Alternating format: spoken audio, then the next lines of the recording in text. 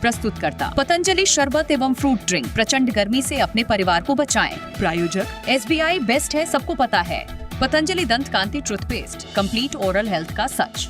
धोखे से बचें और पेमेंट हमेशा अग्रवाल पैकर्स एंड मूवर्स के साथ लिमिटेड लगाकर ही करें। कॉल 9300 पतंजलि हनी प्योरिटी के 100 से अधिक पैरामीटर्स पर 100% खरा। और कामधेनु पेंट्स, दिल के रंग दीवारों पे।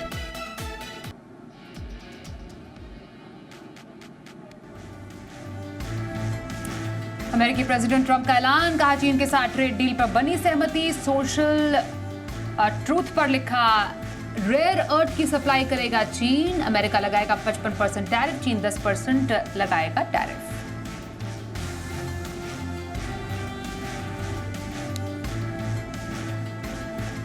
आठ महीने के ऊपरी स्तर से फिसला बाजार। निफ्टी 37 अंक चढ़कर 25,141 पर बंद। सेंसेक्स 123 अंक चढ़ा। Bank, NBFCs, FMCG, mid cap शेयरों से दबाव।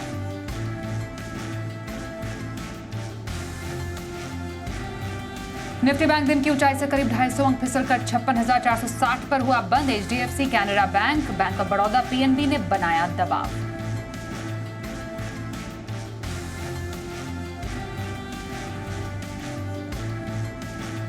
महाराष्ट्र में एक्साइज ड्यूटी बढ़ने से Radico Khaitan, Allied Blenders, United Spirits 4 से 6.5% लुढ़के। सुलह और देसी शराब बनाने वाली जीएम ब्रूवरीज 8 से 10% भागे।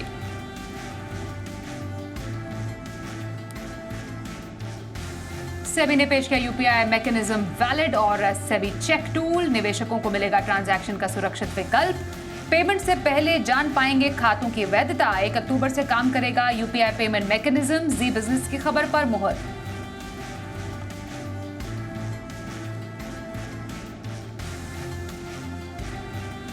नमस्कार, बाजार आज और कल में आप सभी का स्वागत है। मैं हूं स्वाति रायना। बताएंगे बाजार में कैसा रहा बुधवार के दिन का एक्शन, साथ ही गुरुवार के लिए शेयरों में कमाई के मौके कहां मिलेंगे ये भी जानेंगे। आप भी पूछ सकते हैं सवाल। हमारा फोन नंबर है 02223001634 या फिर आप हमें 02223001635 पर कर सकते हैं कॉल। फेसबुक पर @जी business online, social media site x.com पर @जी बिजनेस अपने सवाल भेजिए #बाजार आज और कल लिखकर। और मेरे साथ आपके गुरुवार के बाजार की तैयारी कराएंगे प्रॉफिट मार्ट सिक्योरिटीज के अविनाश गुरिशकर। स्वागत करते हैं अविनाश जी का। और साथ ही आज का बाजार कैसा रहा उस पर जानकारी देंगे हमारी सहयोगी जानवी। बिल्कुल, अगर हफ्ते के कारोबारी के तीसरे दिन अगर देखें मिड वीक सेशन के दौरान हमने देखा कि बाजार में जो है वो काफ़ी प्रेशर रहा ऊपरी स्तरों से, चाहे ब्रॉडर इंडिसेस हो, फ्रंटलाइन इंडिसेस हो। हमने सभी जगह देखा कि गिरावट आती हुई दिखी है। निफ्टी में अगर देखें तो करीबन 25-30 अंकों की तेजी के साथ निफ्टी क्लोज हुआ है। हालांकि बैंक निफ्टी में देखें तो एक बड़ी गिरावट रही है, करीबन 200 अंकों की गिरावट वहाँ पे है। लेकिन ब्रॉडर इंडिसेस देखें तो आज सुबह से ही दोनों ही इंडेक्स, स्मॉल कैप और मिड कैप ने काफ़ी बाजार को अंडर परफॉर्म किया है। मिड कैप इंडेक्स में 300 अंकों से के करीब की गिरावट रही, स्मॉल कैप में भी आज एक अच्छी खासी गिरावट रही। तो ओवरऑल देखें तो एक प्रेशर रहा, लेकिन एक कंसोलिडेशन के मोड में बाजार चलते रहे, पूरे दिन ट्रेड किए। लेकिन अगर सेक्टोरल इंडिसेस की बात करें तो आईटी एक ऐसा पैक है जो लगातार पिछले दिनों से हम देख रहे हैं कि काफ़ी अच्छा पॉजिटिव वहाँ पे ट्रैक्शन आ रहा है। साथ साथ अगर रियलिटी स्पेस की देखें तो पिछले दिनों के अंडर परफॉर्मेंस के बाद आज वहाँ पे एक अच्छी तेज़ी थी। लेकिन आज का अगर एक talk of the town sector की बात करें तो पूरा का पूरा लिकर स्पेस है, क्योंकि वहाँ पे हमने देखा था कि कल महाराष्ट्र सरकार ने कुछ ऐलान किए थे जिन्होंने उसमें लिकर की जो एक्साइज ड्यूटी थी उससे बढ़ा दिया था, जिसके चलते एक टू वे ट्रेड पूरे ही लिकर सेक्टर के स्पेस में हुआ है। जैसे जो स्टॉक्स जो बियर बनाते हैं, जो वाइन बनाते हैं, उन स्टॉक्स के लिए पॉजिटिव खबर रही। इसी के चलते हमने देखा था कि सुला जीएम ब्रिवरीज, जिसका महाराष्ट्र में प्रोडक्शन है, उन्हें काफ़ी फायदा मिल रहा है, जिसके चलते वहाँ पे एक अच्छी तेजी रही। जीएम ब्रिवरीज करीबन 12% ऊपर ट्रेड कर रहा है। वही यूनाइटेड स्पिरिट्स, तिलक नगर जैसे कंपनीज को एक डायरेक्ट नेगेटिव असर है और वहाँ पे हमने एक शॉर्टफॉल आता हुआ दिखा है। लेकिन जैसे मैंने बताया कि आईटी में हम लगातार देख रहे हैं कि अच्छी तेजी है। निफ्टी के आज भी देखें तो लगातार दूसरे दिन जो टॉप 4 कंपनीज हैं वो निफ्टी आईटी की कंपनीज है। HCL tech, Infosys, LTTS, Wipro, तमाम स्टॉक्स में हम देख रहे हैं कि अच्छी खरीदारी आज के दिन बनती हुई दिखी। वहीं कुछ लूजर्स की बात करें तो Adani enterprises, BEL, power grid, ऐसे कुछ काउंटर्स है जहाँ पे आज के दिन गिरावट रही। खबरों की स्टॉक्स की बात करें तो BSE, NSE ने इसे शॉर्ट टर्म ASM में शॉर्टलिस्ट किया था, जिसके चलते यहाँ पे गिरावट है करीबन 3% नीचे। IEX में खबरों के चलते गिरावट आती हुई दिख रही है, करीबन 7% नीचे आज ये काउंटर क्लोज हुआ है। मार्क्स एंड सिमेंस फार्मा में हमने देखा था कि एक बड़ी ब्लॉक डील हुई है, उसके जो इम्पैक्ट के चलते यहाँ पर एक तेज़ी रही। वहीं क्वेस्कॉर्प की 2 कंपनीज़ को आज लिस्ट किया गया था, डिजिटाइड सॉल्यूशंस और ब्लू स्प्रिंग एंटरप्राइजेस, दोनों ही नेगेटिव टेरिटरी में क्लोज होते हुए दिखे आज के दिन। कुछ अगर ब्रॉडर मार्केट की गेनर्स की बात करें तो TTML, सोलारा एक्टिव, रतन इंडिया एंटरप्राइजेस एक अच्छी तेज़ी के साथ ये क्लोज हुए। TTML करीबन 7.5% ऊपर ट्रेड किया है। वहीं अगर VIP इंडस्ट्रीज़ में देखें तो करीबन 13% का उछाल आज के दिन आया है। कुछ लूजर्स में देखें तो EIL, केफिन टेक में देखें तो करीबन 3% की गिरावट रही। ज्योति CNC में भी करीबन 3.5% तक की गिरावट आज के दिन आती भी रही। और आइए अब देख लेते हैं FIIs और DIIs के आंकड़े। FIIs विदेशी संस्थागत निवेशकों ने कैश मार्केट में करीब 446 करोड़ रुपए की बिकवाली की है, तो DIIs घरेलू संस्थागत निवेशकों ने करीब 1584 करोड़ रुपए की खरीदारी की है। और आइए आज के एक्सपर्ट का रुख कर लेते हैं। प्रॉफिट मार्क सिक्योरिटीज के अविनाश गोरक्षकर हमारे साथ है। अविनाश जी, बहुत स्वागत करते हैं आपका आज के इस शो में।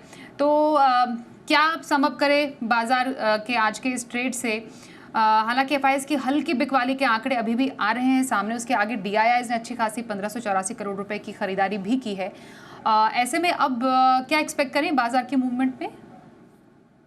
स्वाति, मुझे लग रहा है कि कहीं ना कहीं मुनाफा वसूली इसलिए आई क्योंकि बाजार काफी चल चुके थे छोटे समय में। तो ये मुनाफा वसूली है, इसमें कोई पैनिक सेल ऑफ नहीं है और मुझे लगता है कि ये मार्केट को थोड़ा और आगे तैयार कर रहा है। देखिए, जैसे कि सभी को पता है RBI की 50 बेसिस पॉइंट कट आ गई है, बजट के जो बेनिफिट्स है, प्लस इस साल मानसून काफी अच्छा है। तो मुझे लग रहा है कि अभी मार्केट्स एक्सपेक्ट कर रहा है कि अप्रैल टू जून का जो क्वार्टर रहेगा वो काफी दमदार आना चाहिए। रूरल डिमांड भी अच्छी रहेगी, तो मुझे लगता है कि मुनाफा वसूली से इन्वेस्टर्स को डरना नहीं चाहिए। अच्छी कंपनीज अगर आपको अच्छे वैल्यूएशंस पे मिल रही है तो डेफिनेटली बाय ऑन डिक्लाइन की स्ट्रेटेजी रहेगी। मुझे लगता है कि आने वाले 6 से 12 महीने में ये निवेश का एक अच्छा मौका है क्योंकि मार्केट अभी एक अच्छा बेस बना रहा है और ऑब्वियसली एक बार इंडिया US की ट्रेड डील भी अनाउंस हो जाएगी तो उससे और सेंटिमेंटल पॉजिटिव आ जाएगा। तो मेरे ख्याल से खरीदने के मौके अभी बन रहे हैं, तो इसका इस्तेमाल करें और ये पैनिक सेल ऑफ नहीं है, थोड़ा सा मुनाफा वसूली है, तो इससे बिल्कुल डरिए नहीं। ओके सर, तो ये रही आपके लिए बाजार पर आए। अविनाश जी, अब ऐसे में लॉन्ग टर्म खरीदारी की सलाह कौन से स्टॉक में दे रहे हैं आप? देखिए स्वाति, लॉन्ग टर्म के लिए हमको एक मेटल स्टॉक पसंद है और इसकी एक वजह भी है। कंपनी का नाम है हिंदुस्तान जिंक। ये कंपनी इंडिया की सबसे बड़ी जिंक और सिल्वर प्रोड्यूसिंग वाली कंपनी है और सभी को पता है कि चांदी की कीमतें अभी रिकॉर्ड हाई पे चल रही है। जिंक का भी मार्केट काफी अच्छा चल रहा है। इनफैक्ट पिछले साल इन्होंने 33,000 करोड़ पे करीबन 10,280 करोड़ का मुनाफा किया था। आज इनकी बोर्ड मीटिंग थी इंटरिम डिविडेंड के लिए। इन्होंने 500% का डिविडेंड दिया है, यानी 10 रुपए का डिविडेंड ऑलरेडी अनाउंस कर दिया है। तो मेरे हिसाब से ये डेफिनेटली काफी अच्छी बात है। सबसे बड़ी बात, कमेंट्री जो मैनेजमेंट की आई है वो बहुत ही बेहतरीन है। उन्होंने कहा है कि आने वाले समय में सिल्वर का प्रोडक्शन वो बढ़ाएंगे, इससे अच्छा मुनाफा बनेगा और इनके पास रेयर अर्थ बनाने की भी कैपेसिटी है। इन्होंने ये भी कहा है कि आने वाले समय में वो रेयर अर्थ की प्रोडक्शन कैपेसिटी स्केल अप करने के लिए तैयार है। तो करीबन 11.5 से 12,000 करोड़ का प्रॉफिट अगले साल कंफर्टेबली आएगा। तो उसका मतलब 28-29 रुपए की अर्निंग नेक्स्ट ईयर आएगी। अभी जो भाव चल रहा है 520, 521, मुझे लगता है कि अच्छा इन्वेस्टमेंट वैल्यू बन सकता है। अगर आपका नजरिया 8 से 12 महीना है तो करीबन 625 का टारगेट प्राइस पॉसिबल है। तो मेरे ख्याल से ये हमारी तरफ से वैल्यू पिक रहेगी। बहुत ही अच्छी विकल्प है और अच्छा खासा रिस्क रिवॉर्ड यहाँ पे बनने का पोटेंशियल है। तो 650 के टारगेट के लिए हिंदुस्तान जिंक लॉन्ग टर्म में पसंद आ रहा है। अविनाश जी को यहाँ पर जरूर खरीदारी के मौके तलाशिएगा। इसी के साथ पहले कॉलर से भी बात करें। दिल्ली से नितिन जैन इस वक्त हमारे साथ है। नमस्कार सर, सवाल पूछिए। नमस्कार मैम। नमस्कार सर। मेरे पास इंजीनियर्स इंडिया के 850 शेयर है 255 के भाव से, रिको ऑटो है 34 के भाव से और बजाज हाउसिंग फाइनेंस है 145 के भाव से। तीनों ही लॉस में चल रहे हैं, क्या कर सकता हूँ मैं इसमें? कब तक के लिए व्यू आप मांग रहे हैं?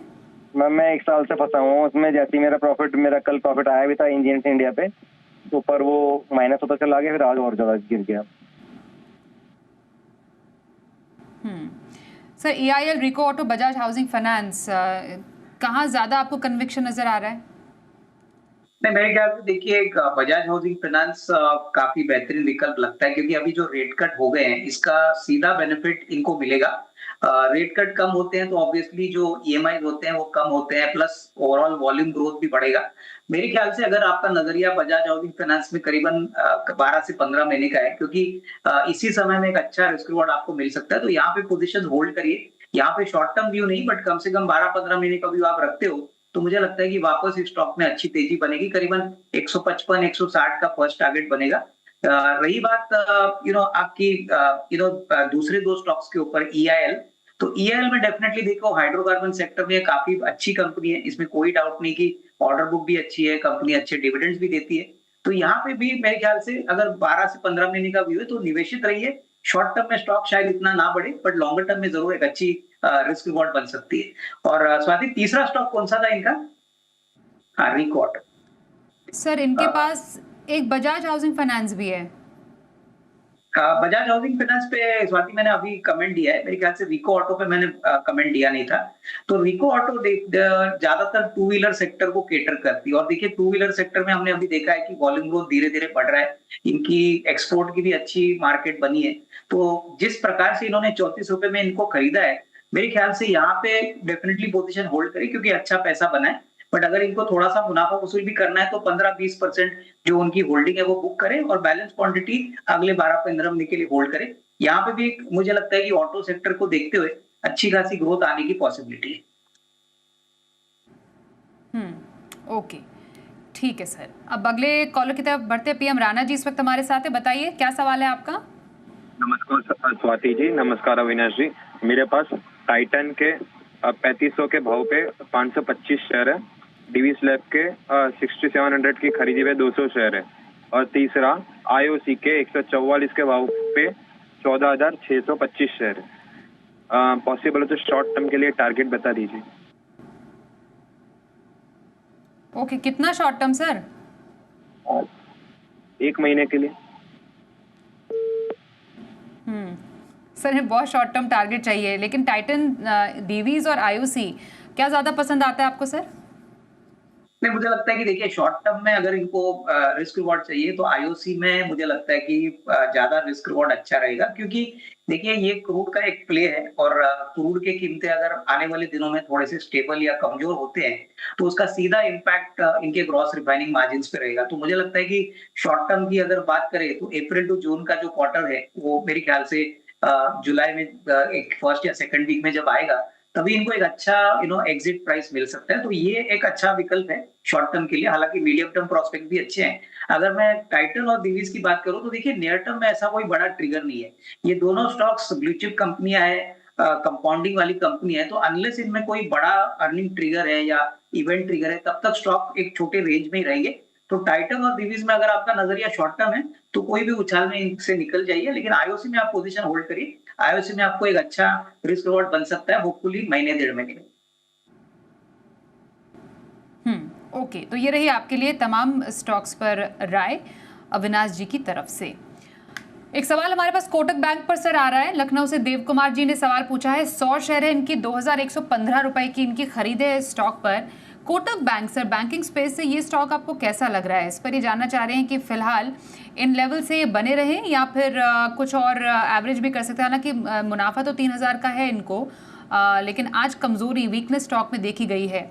क्या नजर आ रहा है स्टॉक में खास आपको सर?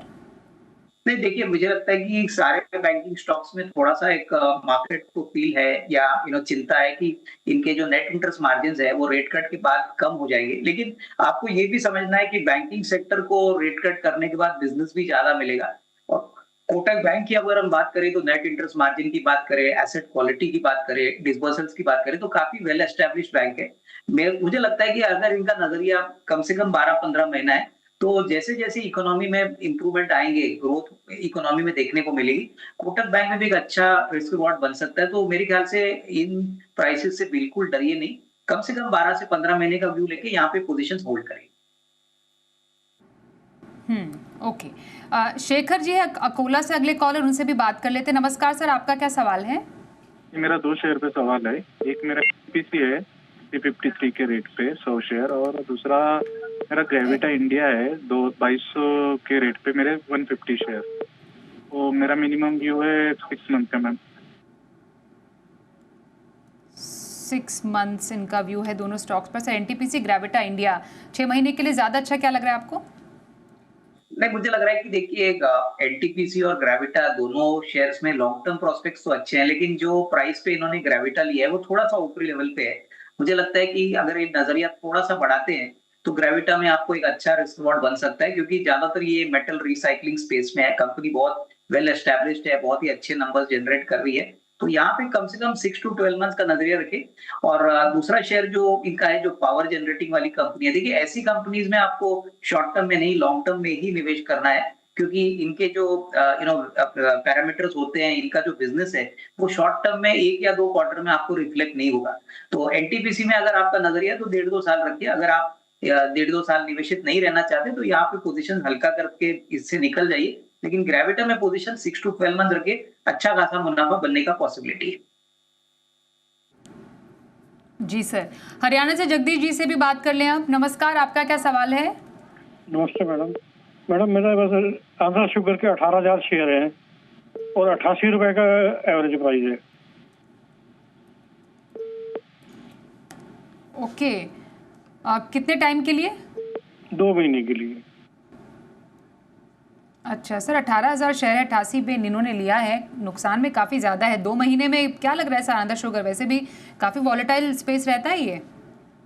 नहीं, बिल्कुल। देखिए आंध्रा शुगर वैसे भी बेसिकली एक हाई लिक्विड वाला स्टॉक नहीं है, और मैं इनको यही कहूंगा कि 2 महीने का मुझे लॉजिक समझ में नहीं आता, लेकिन अगर नजरिया आपका 6 to 12 मंथ्स है तो ही ऐसी कंपनीज में आपको अल्फा जनरेशन की पॉसिबिलिटी मिलेगी।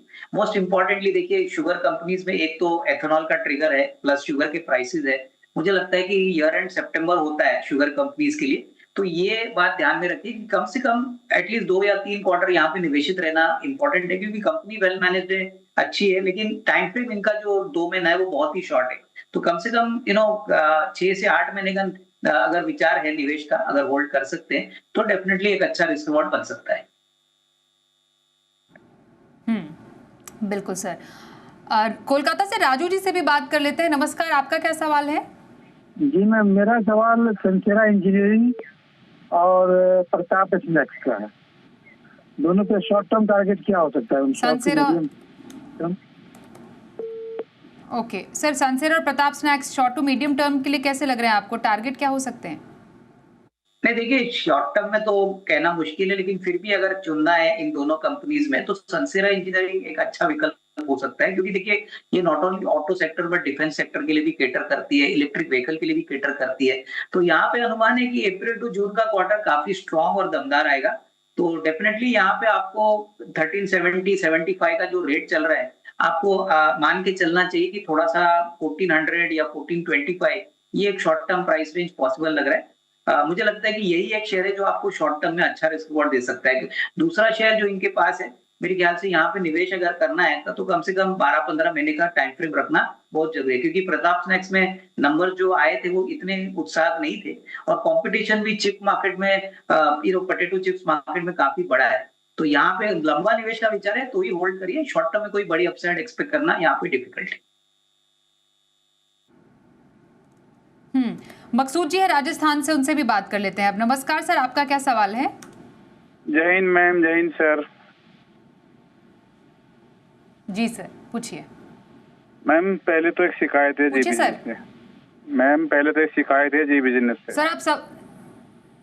सर पहले आप सवाल पूछ लीजिए, अब शिकायत भी हम सुन लेंगे, पक्का, प्रॉमिस। ओके मैम, मेरा कोई सवाल स्टॉक है पर सवाल पूछना है आपको? मैम मेरा सवाल सेजिलिटी और आईआरबी हाँ, इंफ्रा पे है। कब तक के ले रखा है आपने और कब तक का व्यू चाहिए? मैम मैंने ले रखा है। मैं सर से ये जानना चाहता हूँ कि आने वाले 5 साल में इनका टारगेट क्या एक्सपेक्ट करते हैं? 5 साल में पहले यही जान लेते हैं सर से। सर सेजिलिटी और IRB infra long term target 5 साल तो नहीं, पर साल भर तक का टारगेट क्या आप देख रहे हैं आप? तो देखिए मुझे लगता है दोनों कंपनीज काफी अच्छी है। सेजिलिटी अभी रिसेंटली लिस्टेड कंपनी है, अभी हाल ही में ओएफएसपी इनका हो गया था। मेरे ख्याल से आप अगर 12-15 महीने का व्यू सेजिलिटी इंडिया में रखते हैं तो काफी वेल एस्टेब्लिश प्लेयर है। ज्यादातर इनका मॉडल एक्सपोर्ट बेस्ड है, लेकिन करीबन 55 या 56 रुपए का एक नियर टर्म का टारगेट 12 से 15 महीने में पॉसिबल लग रहा है। तो यहाँ पे आप निवेशित है तो डेफिनेटली होल्ड करिए। अच्छी कंपनी है, ग्रो भी अच्छी कर रही है, इसके प्रमोटर भी अच्छे हैं। सबसे बड़ी बात, ग्रोथ पोटेंशियल अच्छा है, तो यहाँ पे 55-56 का एक टारगेट प्राइस लेके यहाँ पे पोजीशन होल्ड करें। ओके सर, ये रही आपके लिए राय। एक ब्रेक का भी वक्त हो गया है।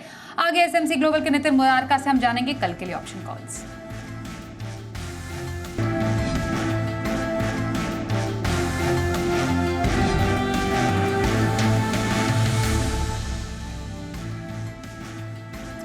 अब देखते हैं कल का ऑप्शन।